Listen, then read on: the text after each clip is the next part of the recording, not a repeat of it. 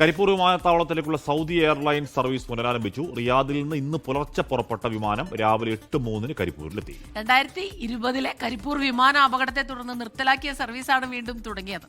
തീർച്ചയായും മലബാറിലെ യാത്രക്കാരെ സംബന്ധിച്ച്, പ്രവാസികളെ സംബന്ധിച്ച് ആശ്വാസം നൽകുന്ന, സന്തോഷം നൽകുന്ന വാർത്ത തന്നെയാണ്. നമുക്കറിയാം 2020 കരിപ്പൂർ വിമാനാപകടത്തെ തുടർന്നാണ് വലിയ വിമാനങ്ങൾക്ക് സർവീസ് നിർത്തിവെക്കുകയും അങ്ങനെ സൗദി എയർലൈൻസിന്റെ സർവീസ് നിർത്തിവെക്കേണ്ട ഒരു സാഹചര്യമൊക്കെ ഉണ്ടായത്. അതാണ് ഇപ്പോൾ പുനരാരംഭിച്ചിട്ടുള്ളത്. ആദ്യഘട്ടത്തിൽ റിയാദിൽ നിന്ന് കോഴിക്കോട് കരിപ്പൂരേക്കുള്ള സർവീസാണ് ഇപ്പോൾ പുനരാരംഭിച്ചിട്ടുള്ളത്. ഇന്ന് പുലർച്ചെ 1:20 റിയാദിൽ നിന്ന് വിമാനം പുറപ്പെട്ട് 8:03 കൂടി ഇവിടെ എത്തിയത്. 1:20 പുറപ്പെട്ട് 8:35 എത്തുന്ന രീതിയിലായിരുന്നു ക്രമീകരിച്ചിരിക്കുന്നത്.